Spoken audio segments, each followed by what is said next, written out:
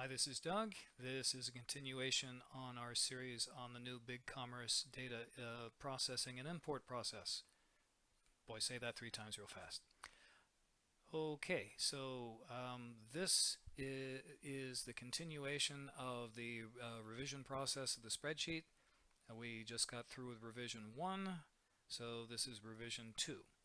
So from the revision 1 worksheet, first thing we want to do right off the bat is we don't want to alter this one.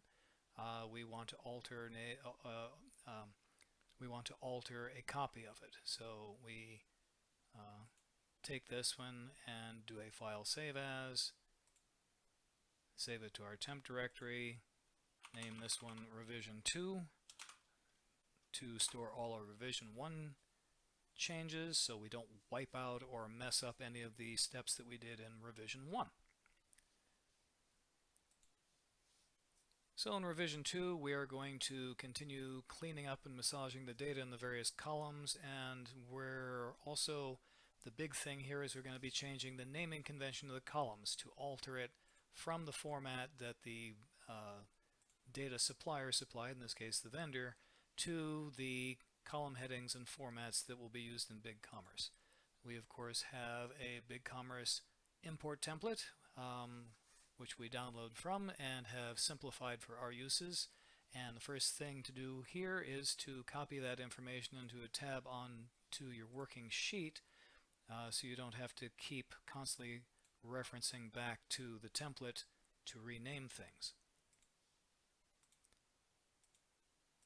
So we're just going to take the information from the template and select it all and go ahead and copy it into this tab in our working worksheet so we can reference it back and forth. Now we can go back and close the template sheet because we're not going to use it anymore. And that makes the process a lot simpler as we're renaming these things. So as we go through the revision process, we reference back to this back and forth constantly, renaming things. So it's not going to be a clean do it all at one swipe type of thing. So in our first go round, we'll just change what is obvious to make changes. So UPC, we see it's a product UPC EAN. Here we just copy everything. Because the BigCommerce import is particularly finicky in spacing and casing and all of that good stuff. So we don't want to just use our memory and think we got it right. Doing a copy and paste guarantees that it is absolutely a match and will not cause us problems later on down the line. So, and we just do that with all the obvious things. Another indicator for us as we name these things that this data is probably fixed and will not require any further modifications. That's not universally the case, but could be. In the case of descriptions, we do an awful lot of massaging.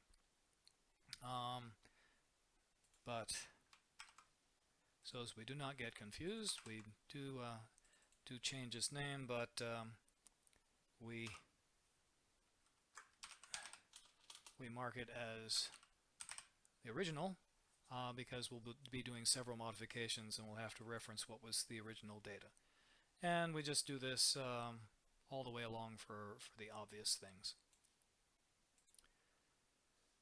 For the URLs, for the images and PDFs, rename these according to our style guide. In this case, image becomes image1, URL line drawing becomes image 2 URL,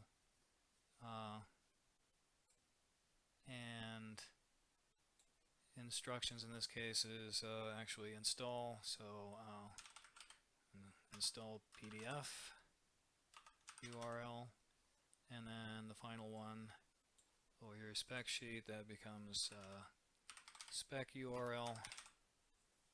Alright, that's good. And then regroup these things in order, images first, and install guide, and then spec. There's several ways of doing this. You can either create a new column, copy, paste, or what I like to do is move so I don't accidentally copy columns of information and duplicate it and then work with the wrong thing later on. So in order to do that, let's see here. We want spec install and spec to be at the end here of, well, we want image 1, image 2 to be first. Alright, so we've created an empty column here, and now we're going to drag install PDF URL to that blank and drop it in, and then we're going to put spec right next to it, and of course I rename spec the wrong damn thing. So we're going to take the T out. Alright, now highlight that and drag it over. Alright, now we've accidentally created a blank column here. As you go along and you move things around, delete straggler blank columns here, or else it will mess up some of the conversion programs and also confuse you. So take them out when you remember that they're there. At this point we go up here to the front, and we're going to create a concat field, or concatenated product name in this case.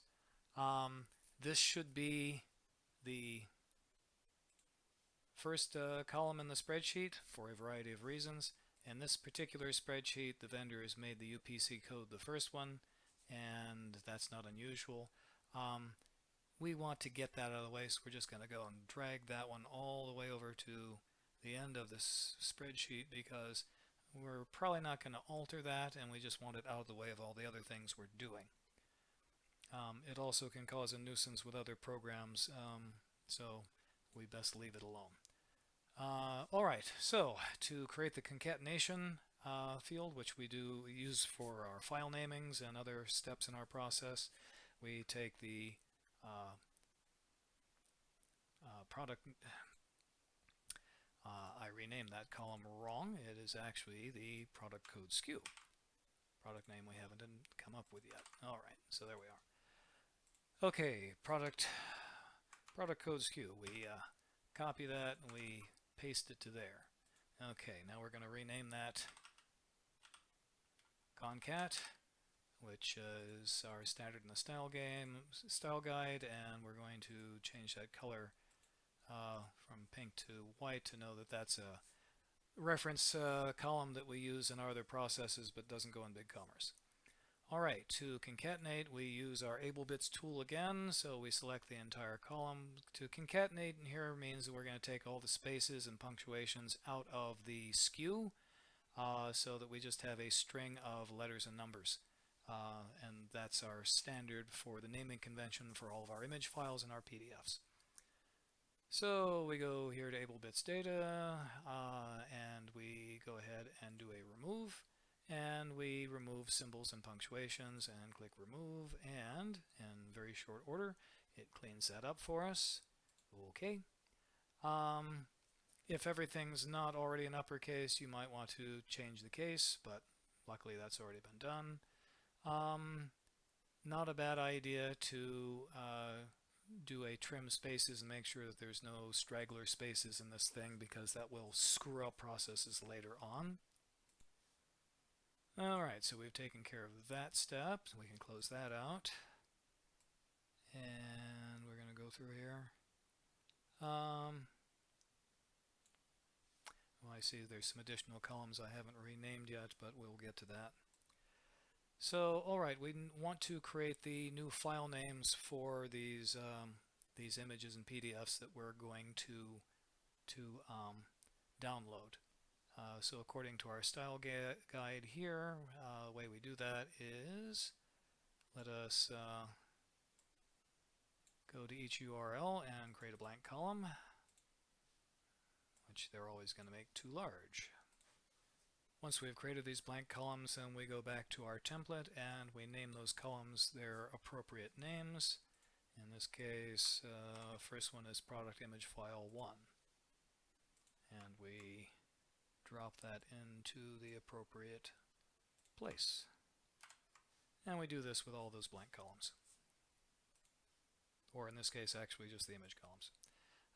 PDFs are processed differently. So we go back and look for product image file 2. Alright, and copy that one and paste it in there.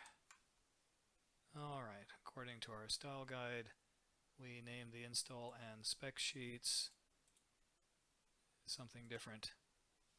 So we will go ahead and do that. Alright, now that we have our file name columns put in place, now we have to create those names. We do that with a concat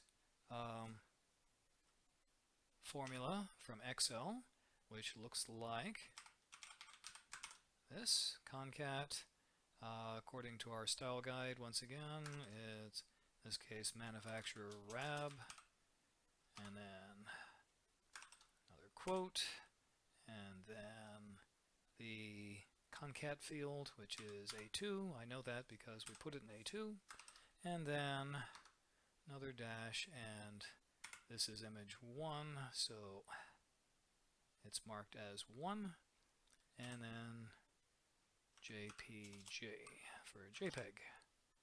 Close the quotes, and that should be our formula, and lo and behold, that looks correct. Once you've got the first formula in, find the grab bar here in the corner here, your indicator will turn to a plus sign, double click on that, and it will fill those file names all the way down to the end. Be sure when you do this to actually check that there wasn't a glitch and everything did go to the end like you expected to the very last row of products in the spreadsheet. And we do this for each one of the blank columns that we've created. So we will go ahead and do the same thing with image URL, image 2 URL. Okay, so we go over here, and now image 2 is a little different in this case. We look at these are PNG files.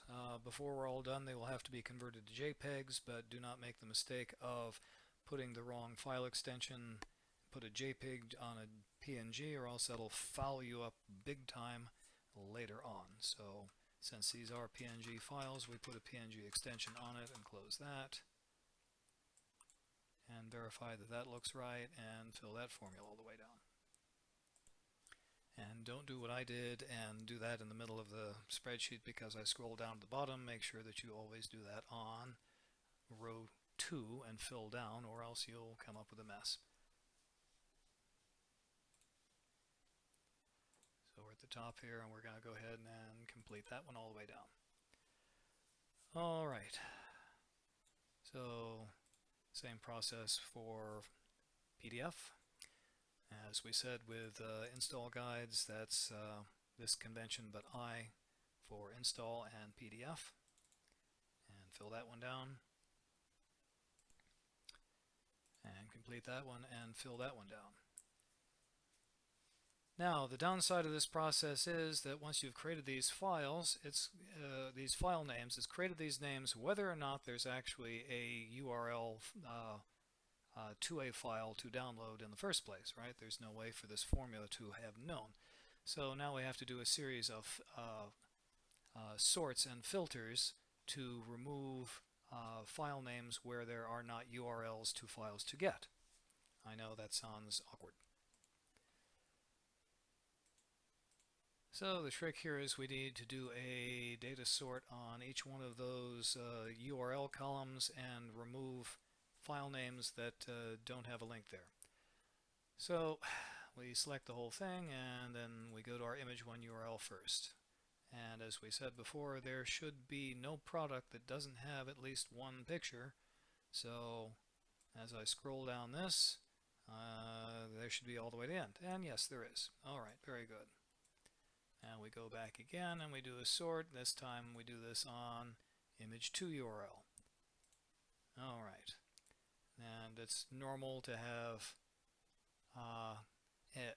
obviously a file name and a URL for every image 1, but not necessarily an image 2. So, and lo and behold, we see here, yep, there's several records that do not have an image 2, but we generated a file name. So as to not screw up our whole download process and get confused here, trying to name and download files that don't exist, we remove those names. There's many different ways of doing that. The simplest one I find is to just create a blank column, copy that blank column, drag and highlight all the way to the bottom of the sheet there, to all these image2 URLs that are blank, and do Control V and blank that out. Alright, so that has solved the problem with image2, as we can see here, and now we get to do the same process with the install PDF URLs. And here we see there are several install guides that don't have URLs, so same thing we did with the other one, create a blank, copy the blank, drag all the way down to the bottom, hit Control V, and that's blank. And finally we do that with the spec PDF. Alright, sort by spec PDF URL or spec URL, and same trick we did the other one, create a blank there, copy that, drag and drop to the bottom.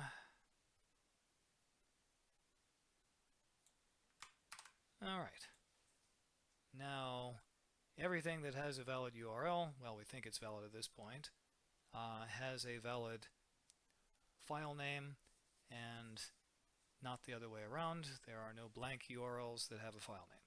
So that process is good. Now we do one more glance over here and see if there's some naming things that we have to do here. Might want to change these lumens, watts, voltage, CRI columns to our standard convention. We kind of missed that.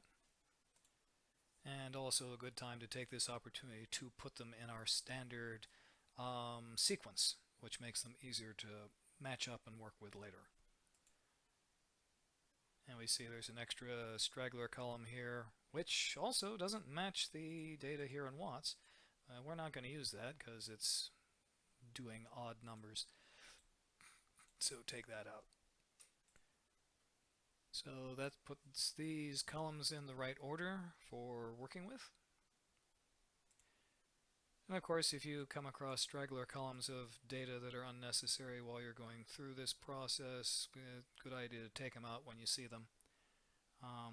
If there's any other simplification realignment that makes sense to do, do that now. At this point, this completes the revision 2 process. So at this point, we would save this and make a copy as REV3 in our standard naming convention, making sure that you don't put it where OneDrive wants you to put it. You put it where you need to put it. All right. At this point, what you're going to do is with REV2 that you saved before you renamed and created this one, you're going to copy REV2 over to your download PC and set the script off to do the downloading process of all the files while you continue with the REV3 process. So this completes this this section of instruction for REV3. Thank you very much.